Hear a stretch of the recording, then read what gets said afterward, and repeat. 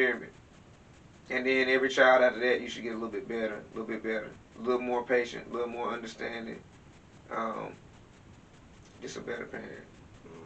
And what would you say to, because it's been said that a lot of units, parental units, husbands, wives, or again, whatever your preference is, again, whether you're a couple, doesn't matter the religion, but it's been said that the two things they found worldwide were lacking was people following whatever their spiritual belief as a couple, and also as a couple there was a lacking of friendship. You gotta be friends with your partner. Again, we got married so fast, I didn't develop a friendship. I just knew I was in love. You know what I'm saying? So are you saying? And so now that's what I'm working on. Now, like when we talk and stuff, like earlier today, like she called me about something that she didn't have to. She called me, it was about a decision to be made, and so I look at that. I'm like, yes, it's a win because she's actually calling me and asking me on my opinion on something. Now I do it with her all the time because I'm used to her buying, couponing and getting, like, I didn't have to buy deodorant and all that other stuff and stuff for years because she took care of that, whatever. Now I do it, but now I use her practices. I coupon and stuff like, you think this is a good deal or whatever? But like, now I'm working on like, the wife thing is a title, but friendship is a title, but it's also a status, a process. And so now I'm just like, I'm just trying to be friends and build a friendship, a healthy friendship, which will, give us a healthy relationship, no matter what type of relationship we have. A lot of questions I should have asked, I didn't ask. I knew she liked blue. I knew she liked butterflies. I knew she's Mexican, so she loved Mexican food. I knew certain stuff, but there's a lot of things I didn't know or didn't ask or whatever. And just like with me, I remember when we first got together, and I had the studio recording in the room in there, and Nick was mixing down some music, and she was like, "Is that you?" She didn't know that I made music like that. Had never heard me sing or whatever. Now she's singing, I'll sing in front of her. I don't care, I sing all the time now in front of her or whatever. But yeah, it's a lot of stuff that I didn't know, or we didn't know about each other, and that causes issues. So are you saying, because you said you were in love, I imagine she was in love too. I know she was, because again, I still remember when I was a witness at the wedding, and the back and forth and the emotion, and see, I'm smiling about it because it was just something really great to witness. But my arm was in a sling. but to I guess deal with the love is enough. So are you basically saying love isn't enough? Friendship is more important than love, I think, because if you're friends, you're gonna love each other. And the in love is like, you decided to embark on a journey forever. That's truly being in love is fully committing to somebody and giving your all for them each and every day, no matter what. And how important, because I know again you were mentioning your spirituality, God, several times. How important, because that was also something that was mentioned that was slacking. How important is spirituality? Was that part of your journey was that part of your journey when you started looking in? Did God come in? I mean, anybody I ever saw myself being with, or if I was dating somebody, I'm taking them to church and see how they feel and how they act on that based off of how you are with church. It's gonna determine whether I fool with you or not. Now, at the time, she was all in, full faith. The puppy chasing the butterflies, I like to say, just in the clouds, and I was just like, man, you better get back down here. This is the real world. This is the way, because she young, 10 years younger than me. She left her mom's house, came to me. So it's a thing where it was so we dealt with certain things. So with the Bible, for instance, she would be like, this is the way it's said, this is the way it is. And I'm like, well, how do you know that? Anybody could have changed, could have wrote, man prints the Bible, they could put what they want to put in. a lot of questions I had. So it wasn't that I wasn't spiritual or didn't believe in God. It's just that I looked at things in a different way. I still think some of those things, but not like I did, whatever, because my spirituality, I worked to get to where I am now. Now, I am where she was, and she is somewhat, she ain't even where I was. She on another level, whatever. She's, dealing with some of her spiritual stuff. But I do know that she still believes in God or whatever, because I've heard her say something like, God's always looking. I'm like, yeah, So she's regaining or rebuilding her faith ladder or whatever, instruction and stuff. And but it's important, that I see people with different religious backgrounds getting married and stuff. Sometimes it works, sometimes it don't. It's another thing where you got to communicate and respect each other. If you really want to be with that person, just give them respect, and it'll work out. It only works, and that's the thing what people are saying. Just because you said some vows and you put some rings on hands, don't mean that it's gonna work. Like, you still gotta work at it, like every day. Like, marriage is a thing, like parenting. Hell, I'm about to be 41 this year. My mom still tells me, do this, do that. Or like my dad, because of things they went through when we started going through stuff. He talked to me about it, and he was like, look, I feel like you're going through what you're going through because I didn't do what I was supposed to do as a man and as a father. You talking about your stepfather? Yeah, it's my stepdad. Just to make it clear. It's my stepdad, but I don't say stepdad because he met my mom. He was there when I was born. He knew I wasn't his child, and still I'm his child. So by blood, no, but that's my daddy. So yeah, he admitted or took the blame for certain things, because this is what we talking about again, the curses. If you don't fix it, be passed down. So this is when he was starting to get back in the church real heavy. Mm-hmm. So he was probably thinking about generational curses and like, dang, now again, he comes from a 2-parent home. My grandfather and grandmother were together until they died. They both parted. My grandfather died first, then my grandma died. The other side, my grandma passed first, then my grandpa. Both sides were together, side by side. Never seen them separate. Never. My grandfather used to drink every single day. On my dad's side, used to drink every single day.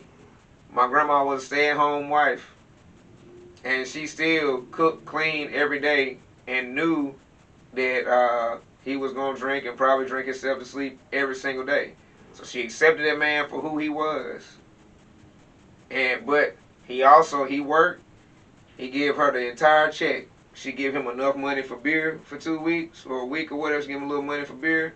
And he didn't care, because he knew this woman going to take care. I go to work, she going to take care of the bills. She got it. There's no way she going to mess that up. So it's possible, but again, you got to work at it.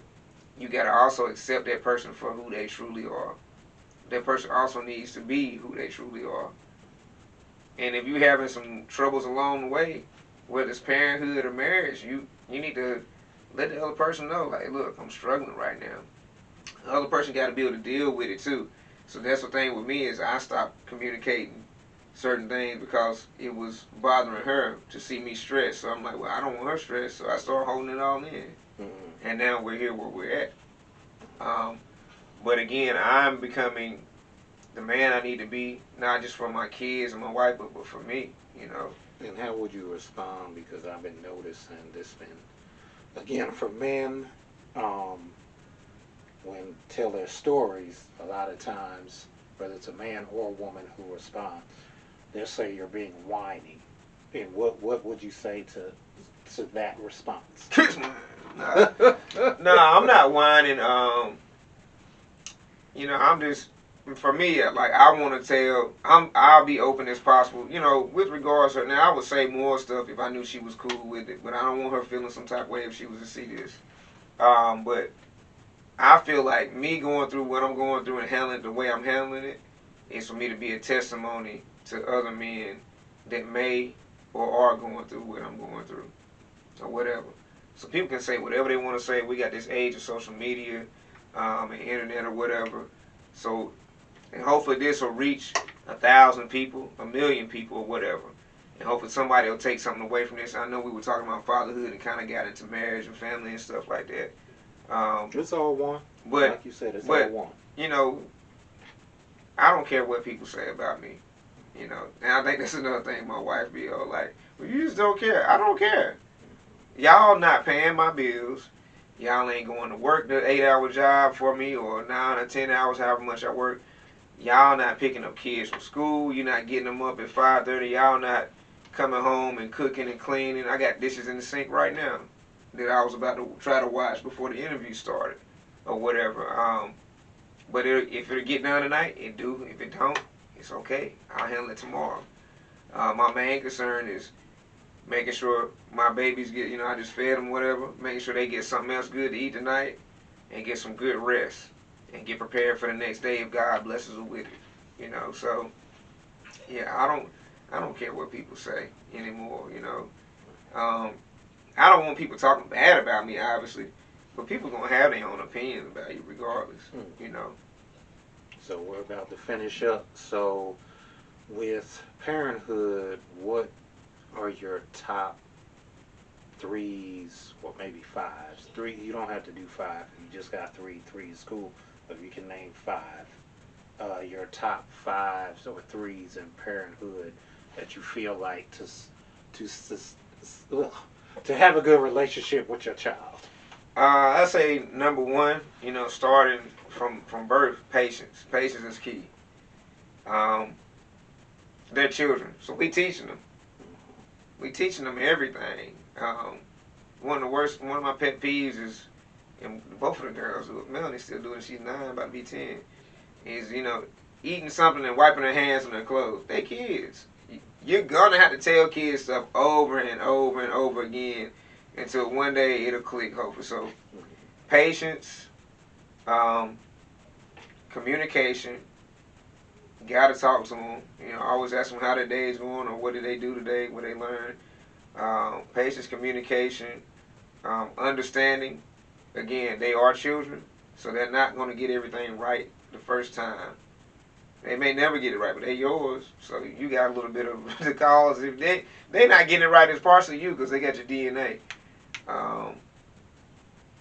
Love. You can never give a child too much love. You can spoil them too much. That's what, tough love comes in. But never stop loving on your babies. Never. Like, sometimes I'll just tell them random, I love you, or whatever. And they say, I love you too. Or random hugs and head scratches and stuff like that. Neck rubs, whatever. Like, just to show them that love, that, that physical attention and mental attention also. And then just always let your babies know that you believe in them. We both have had parents tell us, why are you doing this? Why are you doing that? Like, my mom was talking about, oh, when you sing, it sounds like you're whining or whatever. So I stopped singing around her period. And then I sang a song for her happy birthday a couple years ago, recorded it and put it online. And she's in country. I think you saw maybe country style. And she's like, oh my God, I just love your voice. All right, now you love my voice. If you had told me that when I was, younger, I might be or made millions of dollars off of, music or whatever. But again, if that had happened, I would never met my wife, would never met, had my kids, would never met you. We wouldn't be having this interview right now at this place and time. So it is what it is. And what about top 3 to 5 for marriage? Marriage, same thing. Patience, understanding, listen more than you speak. Listening is very important. Respect each other at all times, especially when you're out in public. And just never give up on each other. If you really love somebody, man, don't give up. Everybody gonna go through their stuff.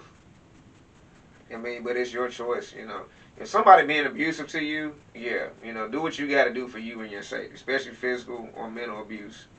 Do what you got to do for yourself.